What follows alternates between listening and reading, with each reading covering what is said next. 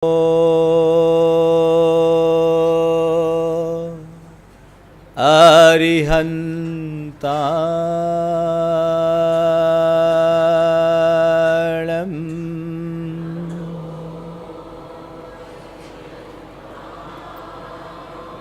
नमो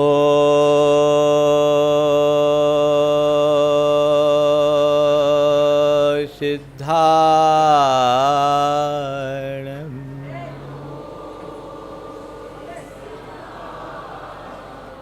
नमो आयर्याणं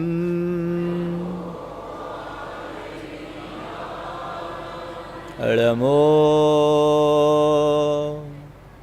वज्रायाणं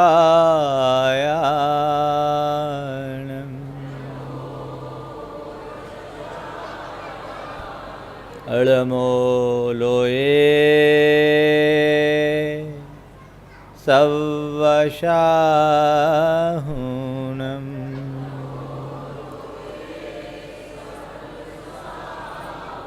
ऐसो पंचिनमोयारो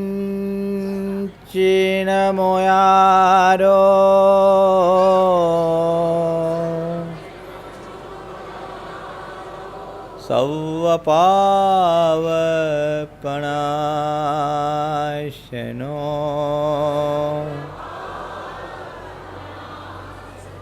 मंगलार्णं च सवेशिं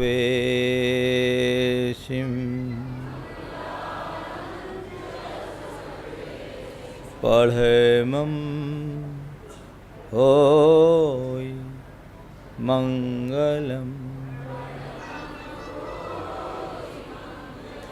जय बोलो देवादिदेव 1008 श्री भगवान महावीर स्वामी की, अहिंसा परमो धर्म की, परम पूज्य आचार्य गुरुवर श्री विद्यासागर जी महाराज की, परम पूज्य मुनि श्री ईश्वर प्रमाण सागर जी महाराज की, परम पूज्य मुनि श्री ईश्वर विराट सागर जी महाराज की।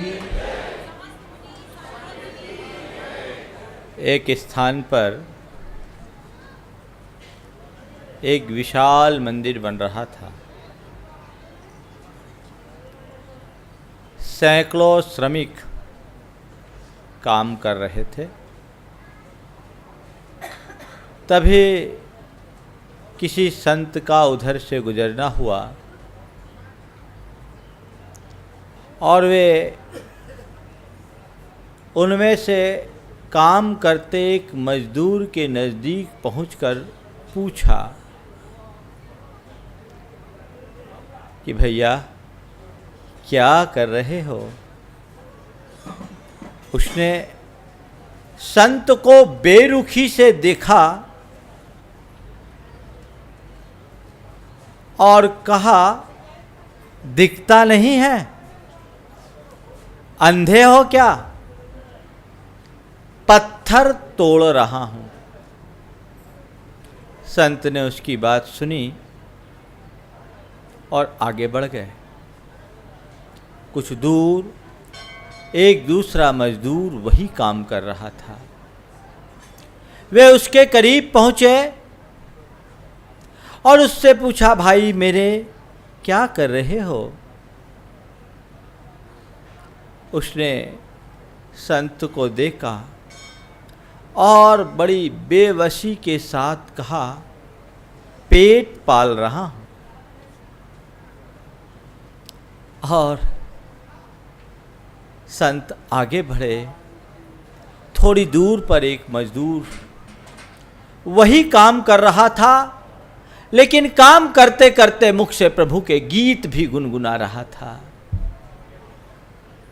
उसके नजदीक पहुंचकर संत ने उससे पूछा, बंधुवर क्या कर रहे हो? उसने जवाब दिया, मंदिर बना रहा हूं, भगवान का मंदिर बना रहा हूं।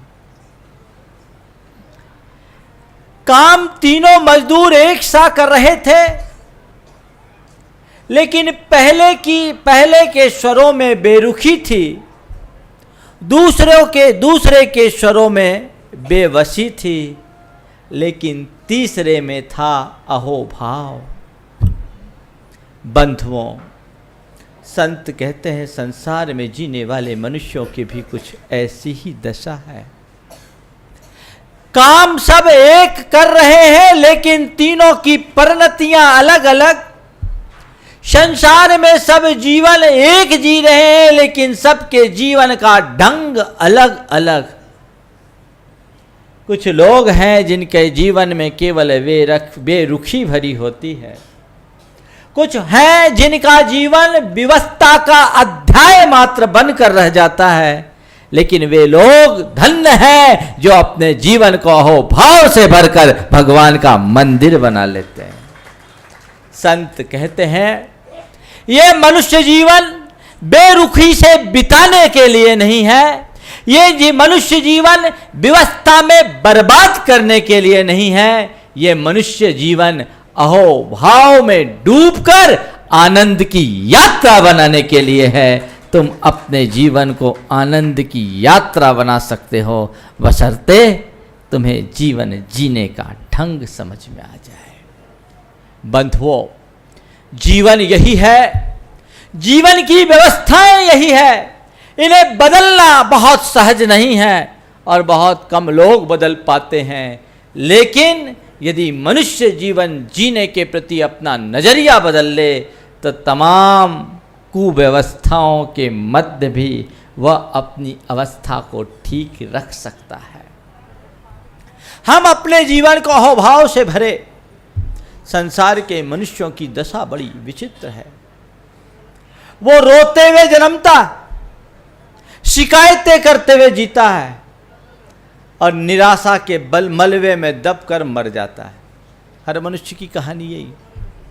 किसी से भी पूछो, हर इंसान अपने जीवन का रोना रोता दिखाई पड़ता है।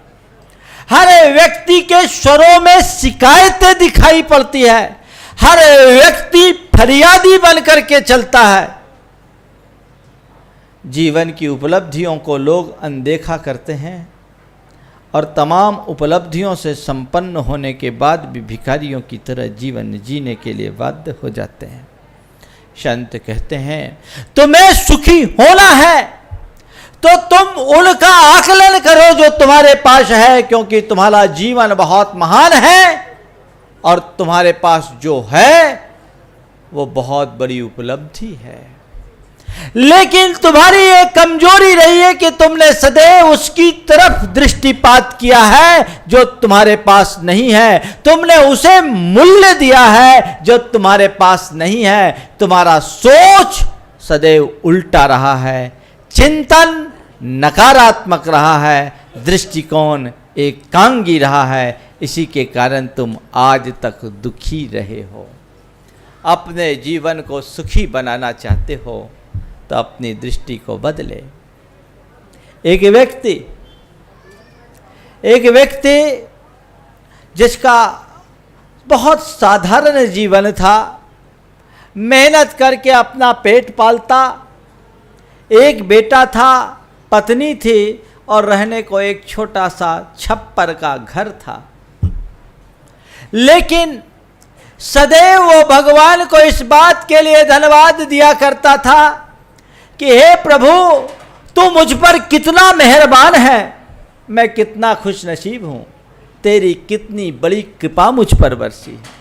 हे प्रभु, तू मुझ पर कितना मेहरबान है, मैं कितना खुश नसीब हूँ, तूने मेरे ऊपर कितनी बड़ी कृपा बरसाई है कि मुझे अच्छी पत्नी मिली, एक ही सही बेटा मिला, 2 वक्त पेट भरने का साधन दे दिया और रहने के लिए एक छोटा सा घर दे दिया। संसार में ऐसे कितने लोग हैं जिनके पास तो उनकी बीवी बच्चे नहीं, परिवार नहीं, खाने का ठिकाना नहीं, रहने का ठौर नहीं, वो कुछ नहीं। मैं बड़ा कृतज्ञ हूँ तुम्हारे प्रति। एक व्यक्ति वो है जो ऐसा सोच करके भगवान को धन्यवाद दे रहा है, और एक दूसरा व्यक्ति है जिसका अपना अच्छा बंगला है, गाड़ी है, अच्छा परिवार है, धन संपन्नता है, लेकिन उसके पड़ोसी का एक बहुत बड़ा कॉम्प्लेक्स है, वो उससे कुछ ज़्यादा संपन्न है, उसकी कुछ ज़्यादा प्रभुता है, और रात दिन भगवान से वो शिकायत करता है, हे भगवान तुमने मुझे ये कहाँ फंसा दिया, उसके साथ तो तुमने इतना सब कुछ दिया, मेरे साथ नाइंसाफ क्यों किया। सारी जिंदगी भगवान से फरियाद कर रहा है, सारी जिंदगी भगवान से शिकायत कर रहा है। ऐसा व्यक्ति शहंशाह बन जाए तो भी कभी सुखी नहीं बन सकता। संत कहते हैं आज तक तुम्हारे दुखों का मूल केवल यही है कि तुम शिकायती बने, तुम फरियादी बने, तुमने जीवन में सदैव फरियाद की। यदि जीवन का लुत्फ उठाना है तो फरियाद नहीं धन्यवाद देना सीखो, अहोभाव में डूबने की कोशिश करो। लेकिन मनुष्य की मनोवृत्ति बिल्कुल उल्टी है। हर व्यक्ति शिकायतों में जीता है, किसी न किसी प्रकार का शिकायत है, चाहे भगवान से हो, चाहे परिवार से हो, चाहे गुरु से हो, चाहे किसी से भी हो।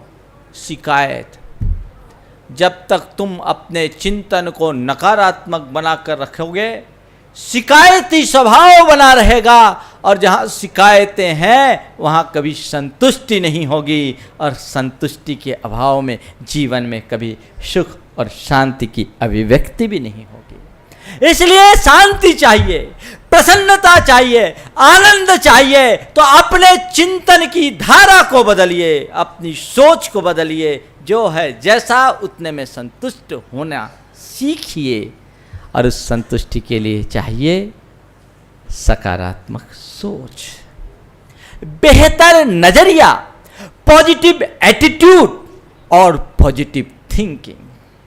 अपनी सोच को हर क्षेत्र में ऐसे रखिए, चाहे धर्म का क्षेत्र हो, चाहे समाज का क्षेत्र हो, चाहे परिवार का विषय हो या व्यापार का संबंध हो, कुछ भी हो, आप अपनी सोच को यदि ठीक बनाए रखेंगे तो आपका जीवन सुखी होगा, और यदि सोच उल्टी रखोगे तो सब कुछ गड़बड़ हो जाएगा। आप किसी व्यक्ति के घर मेहमान हुए, उसने आपको मेवा डला दूध दिया, लेकिन दूध आधा गिलास था। आपके मन में दो प्रकार की प्रतिक्रियाएं हो सकती है। पहली प्रतिक्रिया तो आपकी ये होगी कि ये आदमी कितना बढ़िया आदमी है, दूध भी पिलाया तो केसर और मेवा डला दूध पिलाया।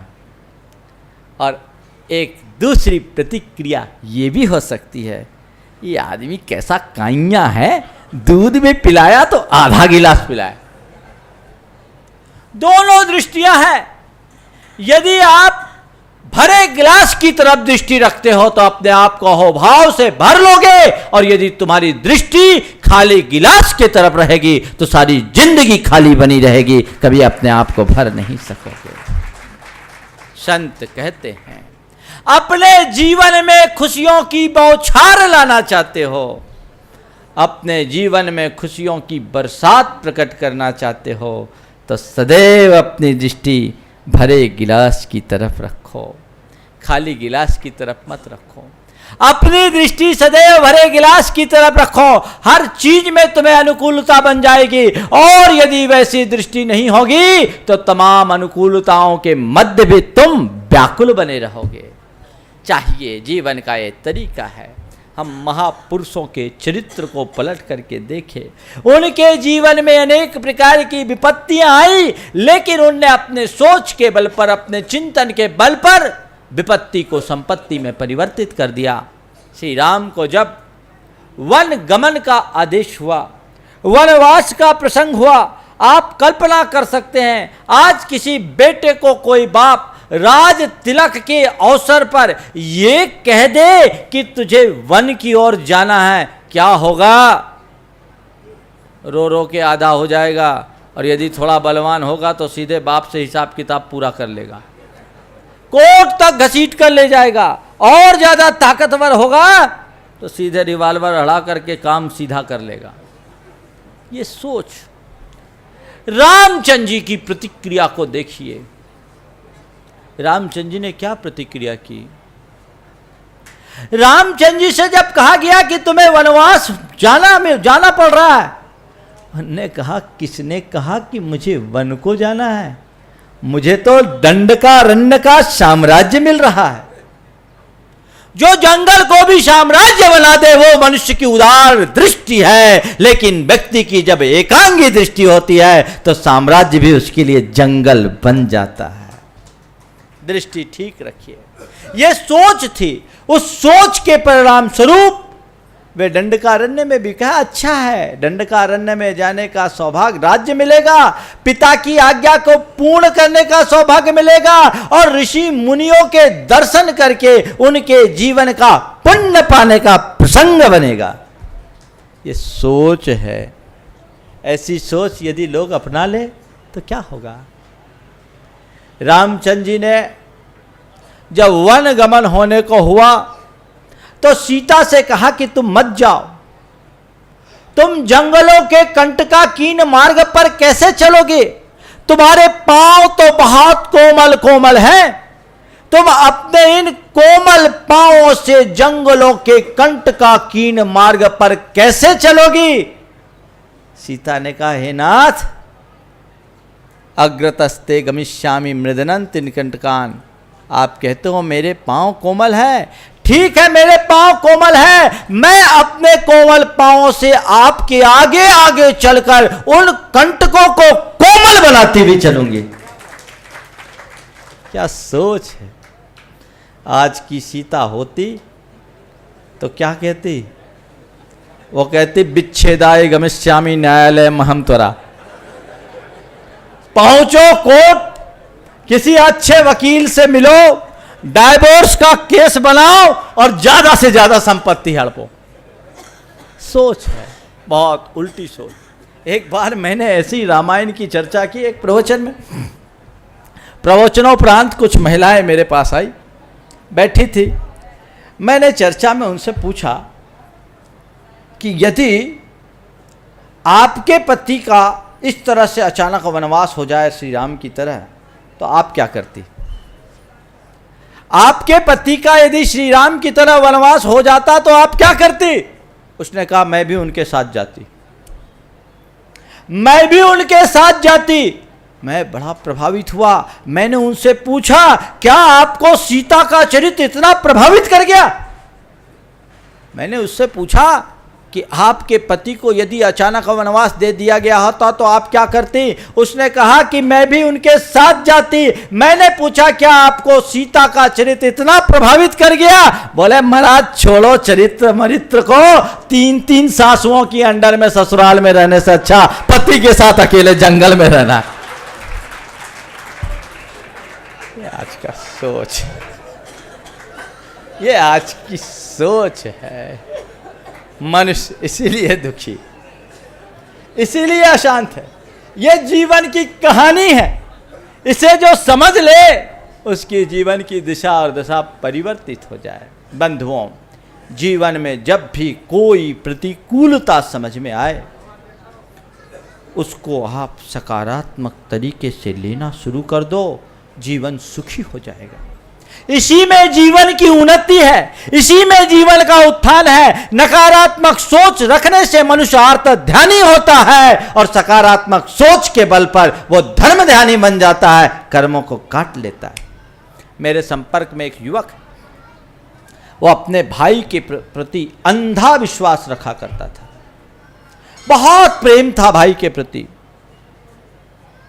लेकिन वक्त बदला। कहते हैं एक उम्र के बाद भाई नहीं दिखता, बीवी और बच्चे दिखते हैं। बड़े भाई ने उसको धोखा दे दिया। बड़े भाई ने उसे धोखा दे दिया और उसे कुछ भी नहीं दिया। व्यापार में घाटा सो करके सब हड़प लिया। एक बड़ी राशि जो उस फर्म में आकस्मिक निधि के रूप में जमा थी वो भी डकार लिया। उसके पास केवल एक बंगला था और कुछ नहीं। मुझसे बहुत जुड़ा हुआ। समाचार मेरे कानों तक आए। उसके सारे मित्रों और शुभचिंतकों को भी ये बड़ा अखरा और कुछ लोगों ने उसे उलाहना भी दिया कि तुमने अपने भाई पर झूठा विश्वास किया, हमने तुम्हें सावधान किया था, काश तुम वक्त पर सावधान हो गए होते तो आज ये दशा नहीं होती। वो व्यक्ति मेरे पास आया, मैंने उससे पूछा क्या बात है भाई, तुम्हारे विषय में कुछ सुना हूँ। बोले महाराज आपका आशीर्वाद लेने आया हूँ, आप तो हमें ऐसा आशीर्वाद दें कि मैं अपना जीवन ठीक से जी सकूं। मैंने पूछा भाई ने धोखा दे दिया तुम्हें, ऐसा हमने सुना है। बोले महाराज बड़े भैया हैं, उनने मुझे पाल पोस कर बड़ा किया, आज जो कुछ हूँ मैं उन्हीं के सहारे हूँ। ये बात सही है, मैं तो यही मानता हूँ कि मैंने उन्हें कभी धोखा दिया होगा, आज हिसाब चुकता हो गया। कुछ लोगों ने उससे कहा कि तुम भाई पर केस कर दो। उस व्यक्ति ने कहा कि जिस भाई को मैंने पिता की तरह पूजा, चंद पैसों के लिए उस पर केस करूं, यह मेरे जीवन में नहीं हो सकता, मैं ऐसा नहीं कर सकता। उसने एक ही बात कही, बोला महाराज आप तो आशीर्वाद दें, मैं आज से अपनी नई शुरुआत करना चाहता हूं और मैं अपने भाई का आभार मानता हूं कि कम से कम मुझे रहने के लिए एक बंगला तो दे दिया, यदि वो भी ले लिया होता तो मैं क्या करता, बेघर हो जाता। मेरा घर है, आप सबका आशीर्वाद, और मैं अपने नसीब पर भरोसा रखता हूँ। जो मेरे ललाट पर लेख लिखा है उसे कोई दूसरा टाल नहीं सकता। आप आशीर्वाद दें, मैं अपनी नई शुरुआत करता हूँ। उसने न भाई से कोई शिकायत की, न किसी प्रकार की कोई फरियाद की। गुडविल उसकी बहुत अच्छी थी, लोकप्रियता भी उसकी थी। उसके मित्रों ने उसे उस विपत्ति की घड़ी में साथ दिया। कुछ लोगों ने उसके साथ रुपया लगाकर काम किया और वो रियल एस्टेट में जुड़ा। 2004 से 2007 के जो रियल एस्टेट का बूम था उसमें भरपूर पैसा कमाया और आज पहले से बहुत सुदृढ़ स्थिति में वो खड़ा है। बंधुओं, ये दृष्टि, यदि उसकी दृष्टि पॉजिटिव नहीं होती तो अपनी सारी शक्ति भाई से लड़ने में लगा दिया होता, पाता भी कुछ नहीं और अपनी जिंदगी को भी बर्बाद कर देता। लेकिन उसने कितनी अच्छी सोच का परिचय दिया, कितनी सूझबूझ का परिचय दिया, टेंशन से भी फ्री हुआ और उन्नति भी कर लिया। बंधुओं, संत कहते हैं अपनी शक्ति को सदैव रचनात्मक दिशा दो, नकारात्मक नहीं। कंस्ट्रक्टिव बनो, डिस्ट्रक्टिव नहीं। आज डिस्ट्रक्टिव लोग ज़्यादा है, कंस्ट्रक्टिव लोग कम है। क्यों? क्योंकि मनुष्य के मन में रचना धर्मिता दिनों दिन क्षीण होते जा रही है। जब तक तुम्हारे भीतर ऐसी रचनात्मकता प्रकट नहीं होती, तुम अपने जीवन का कभी उत्थान नहीं कर सकते। किसी भी क्षेत्र में आप चल करके देखो, एक साधक को साधना के क्षेत्र में चलना है तो उसे पॉजिटिव सोच करके चलना होगा। ये पॉजिटिव सोच ही तो है जिसके सहारे परिशा सहते हैं। एक मुनि के ऊपर को उपसर्ग करने आ रहा है, आचार्य कहते हैं कि तुम्हारे ऊपर को उपसर्ग करने आ रहा है, ऐसा मत सोचो कि उपसर्ग करने आ रहा है, ये सोचो कि वो पुराना ऋण चुकाने आ रहा है। मैंने उससे कोई कर्जा लिया, वो आज चुक रहा है। मैंने कभी उसको सताया होगा, आज सता रहा, हिसाब किताब खत्म। यही तो सोच है।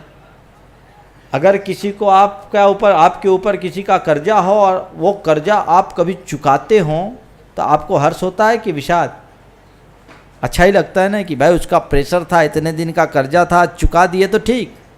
लेकिन कोई व्यक्ति आपसे लेनदार हो, आप उसको देना न चाहते हो और वो जबरदस्ती आपसे छीन कर ले जाए तो क्या होगा? तकलीफ होगी।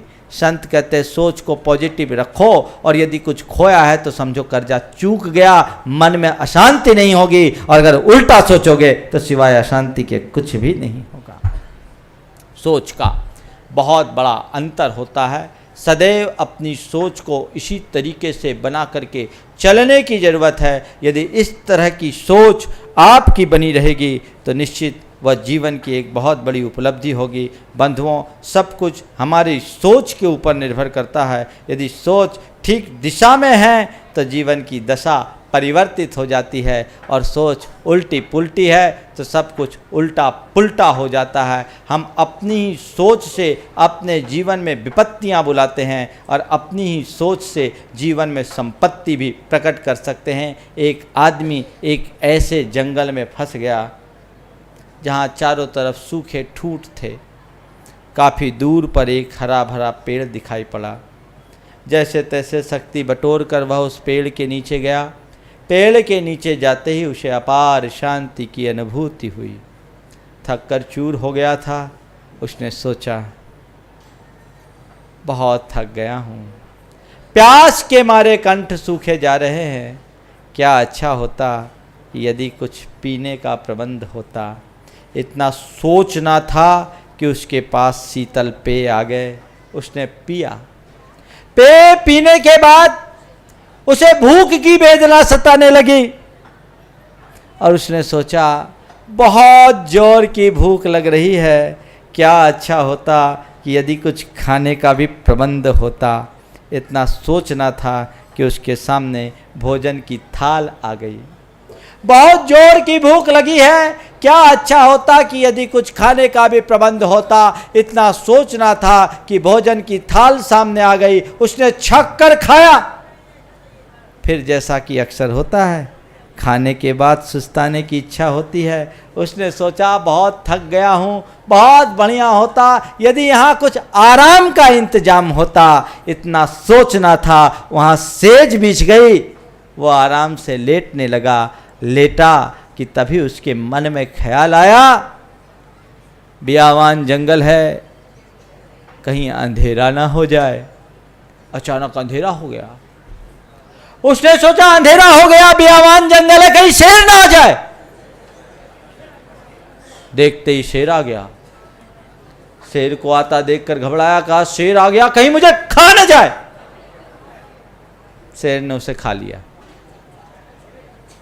कहानी आपको बहुत अच्छी लगी, पर यह कहानी क्या है थोड़ा इसे समझो। ये कहानी किसी और की नहीं, हमारी अपनी आप सबकी कहानी है। वो मनुष्य जिस पेड़ के नीचे था वो साधारण पेड़ नहीं था, वो कल्प वृक्ष था जिसे वो नहीं जानता था। वो कल्प वृक्ष था और कल्प वृक्ष के विषय में ऐसा कहा जाता है कि कल्प वृक्ष के नीचे मनुष्य जैसी कामना करता है वह सब साकार हो जाती है। कल्प वृक्ष के नीचे तुम जो सोचोगे सो मिलेगा। काश उसे पता रहता कि मैं कल्प वृक्ष के नीचे हूं, तो अपनी जिस सोच के बल पर उसने शेर को बुलाया उसी सोच से शेर को वापस भी भगा सकता था, लेकिन उसको पता ही नहीं। मनुष्य के पास अपने विचारों की शक्ति का पता नहीं, उसे अपने विचारों की ताकत का पता नहीं। अपने विचारों की शक्ति को पहचानिए, अपने विचारों की सामर्थ्य को जानने की कोशिश कीजिए। यदि विचारों की शक्ति और सामर्थ्य को एक बार पहचान लोगे तो फिर जीवन की दिशा और दशा अपने आप परिवर्तित हो जाएगी। अपने संकल्प के बल पर, अपने चिंतन और सोच के बल पर मनुष्य बहुत कुछ हासिल कर सकता है। इसलिए सदैव अपने विचारों को सही दिशा देने की कोशिश कीजिए, जिससे कि जीवन में सार्थक उपलब्धि घटित हो सके। अन्यथा यूं ही मनुष्य का सारा जीवन और जीवन का सारा क्रम बनता बिगड़ता रहता है। आप हर बात को उसी तरीके से लेकर के चलने की कोशिश कीजिए। यदि आपकी सोच ठीक बनेगी, आपका आत्मविश्वास भी ठीक रहेगा और आप सब काम बहुत आसानी से कर लेंगे। अपने दुख को सुख में परिवर्तित करने की सामर्थ्य आप पालेंगे। और यदि उल्टा उल्टा सोचेंगे तो आपका सुख भी दुख में बदलते देर नहीं लगेगा। इसलिए इसको ठीक रीति से समझने की कोशिश कीजिए और अपने जीवन को उसी तरीके से आगे बढ़ाने की कोशिश कीजिए। हम सब कुछ है, सीधे का फल सीधा होता है और उल्टे का फल उल्टा होता है। जो सीधा सोचते हैं उनकी ज़िंदगी सीधी होती है और जो उल्टा सोचते हैं उनकी ज़िंदगी उल्टी होती है। मैं एक बहुत साधारण सी बात जो आप लोगों के रोज़ परिचित है, उससे मैं आपको अपनी बात थोड़ा अच्छे तरीके से समझाने की कोशिश कर रहा हूँ। जैसे सीधे और उल्टे का फेर कितना बड़ा होता है। अंग्रेजी में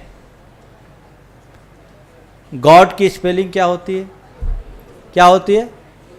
G-O-D। G-O-D, God. गॉड का मतलब क्या होता है? क्या होता है? देवता। G-O-D, गॉड माने देवता।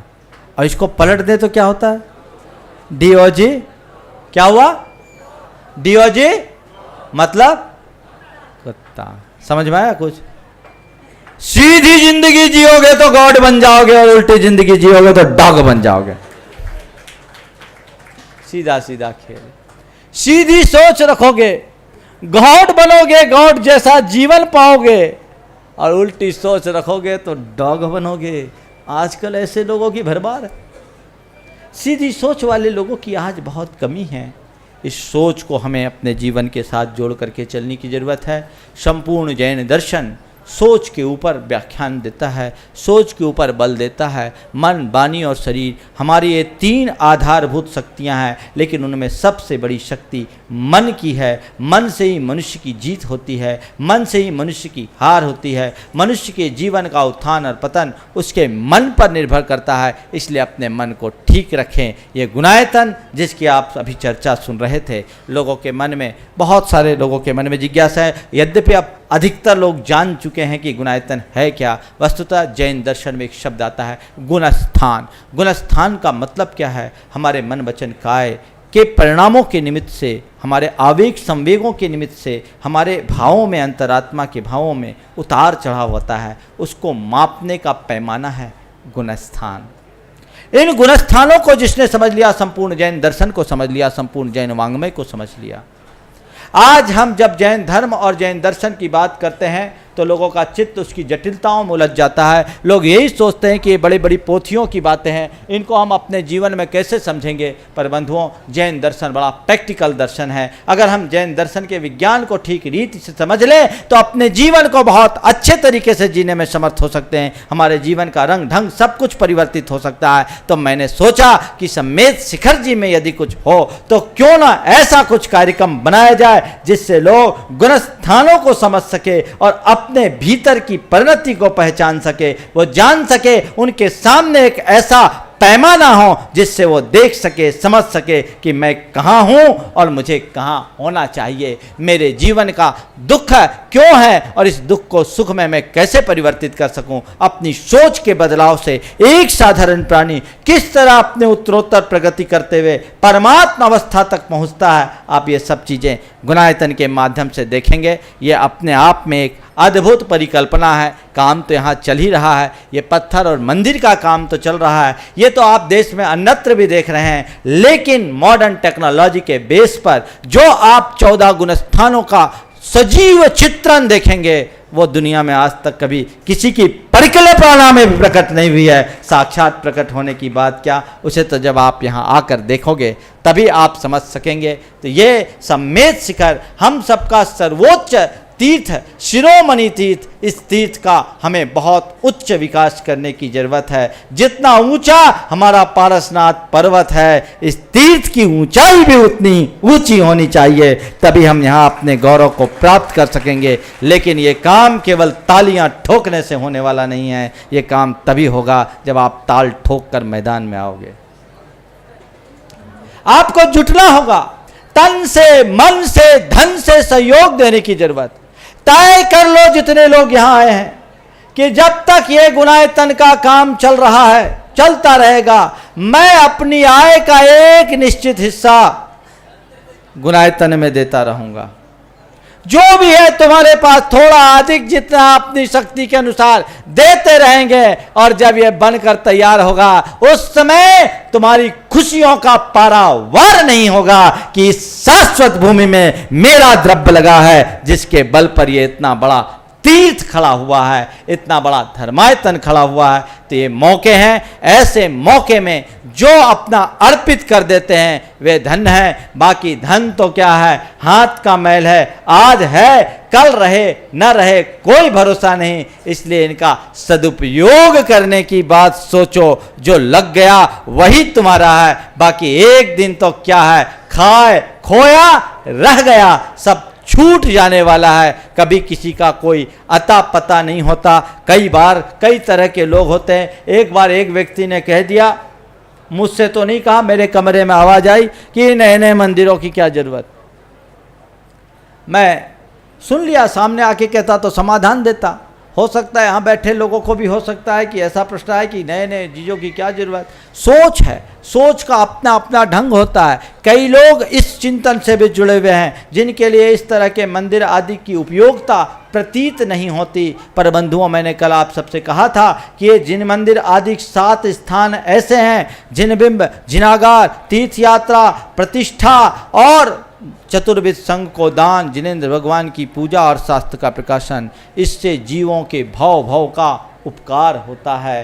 दान के लिए कहा जाता है अनुग्रहार्थम सस्याति सर्गो दानम, स्वपर के अनुग्रह के लिए दान, धन के त्याग का नाम दान है। और इनमें जो उपकार होता है वो आत्मा के उद्धार का उपकार होता है। अगर तुम्हारे किसी निमित्त से एक जीव को भी सम्यक दर्शन की प्राप्ति हो गई तो उसके भाव भाव का उद्धार हो जाएगा। नए नए निर्माण की आवश्यकता क्यों, ये प्रसंग भी आज थोड़े से 2 मिनट में ले लेना चाहिए, जिससे लोग अपने चिंतन को ठीक तरीके से बदल सके, समझ सके। ऐसे हर व्यक्ति की सोच स्वतंत्र है, वो जैसा सोचना चाहे वैसा सोचे। सीधा सोचने वाले लोग कम हैं, उल्टा सोचने वाले लोग ज़्यादा हैं। इसीलिए आज दुनिया में उल्टी खोपड़ी लोगों की भरमार है। सीधा कम सोचते, उल्टा ज़्यादा सोचते हैं। एक जगह एक कंपनी में 2 सेल्स ऑफिसर की ज़रूरत थी। इंटरव्यू के लिए बुलाया गया, पूछा आपकी क्वालिफिकेशन, उसने कहा MBA।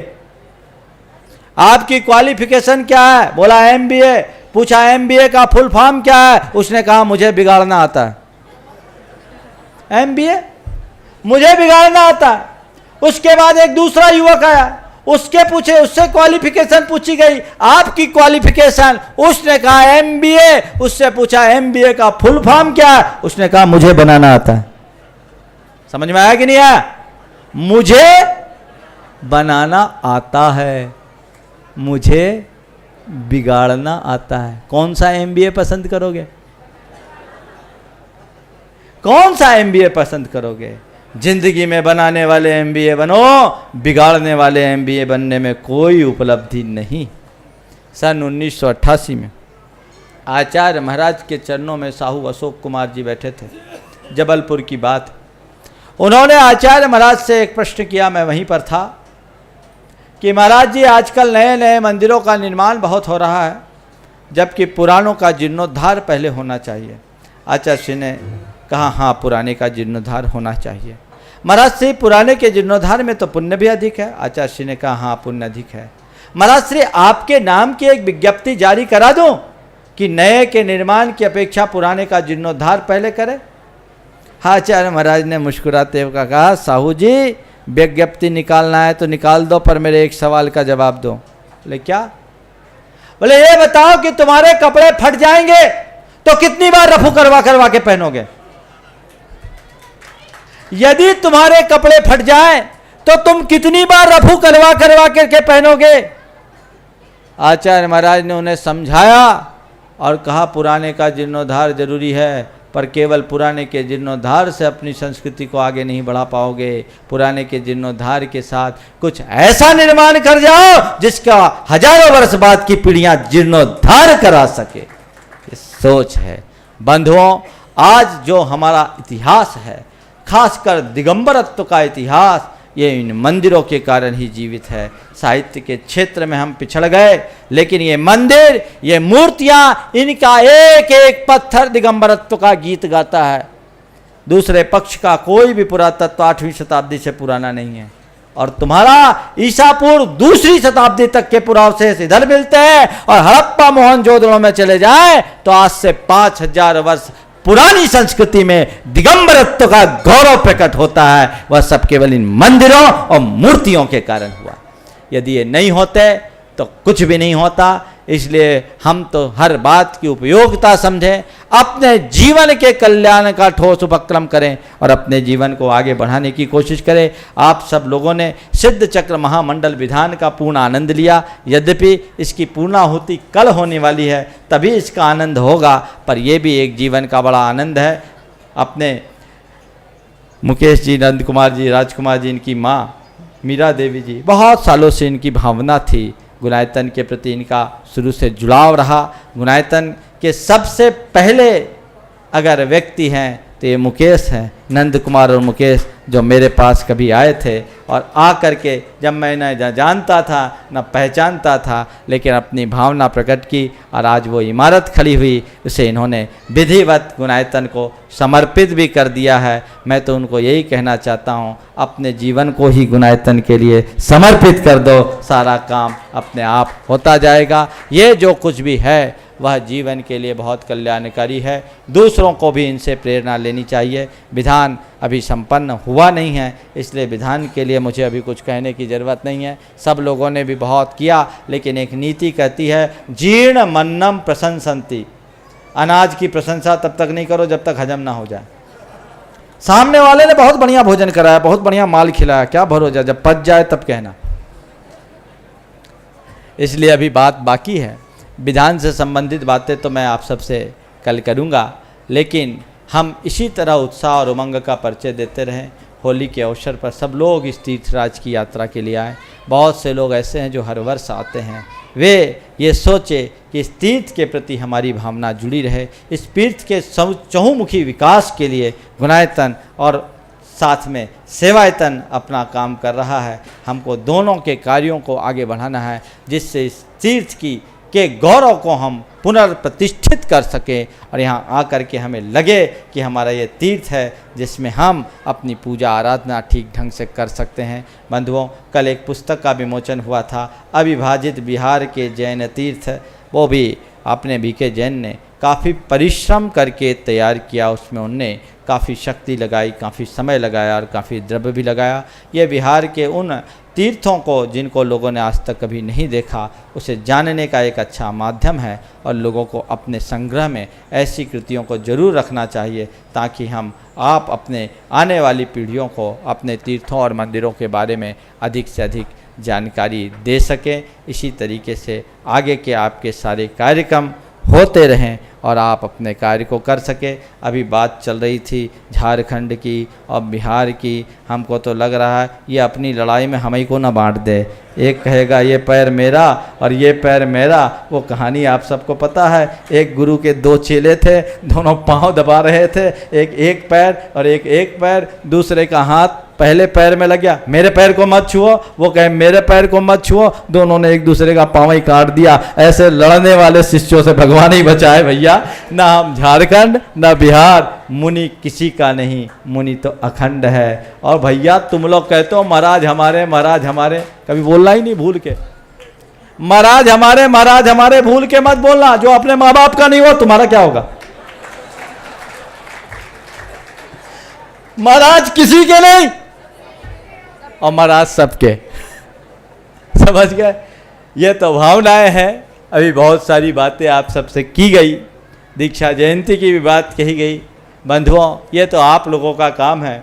आपको क्या मनाना है मनाओ। हमको तो तब खुशी होगी जब कोई अपने जीवन में दीक्षा जयंती घटित करे तो उसके जीवन का कल्याण होगा। वस्तुतः ऐसे पुण्य प्रसंगों को देखने से वैराग्य का वर्धन होता है और किसी भी निमित्त से यदि किसी के भीतर वैराग्य की अभिवृद्धि हो तो वो उसके जीवन की एक बहुत बड़ी उपलब्धि होती है। अगर वैराग्य के ऐसे मौके का आप लाभ उठाते हैं तो निश्चित वो जीवन की एक सार्थक उपलब्धि होगी। समय आप सबका हो गया, शेष बातें आगे की जाएगी। बोलिए परम पूज्य आचार्य गुरुवर श्री विद्यासागर जी महाराज।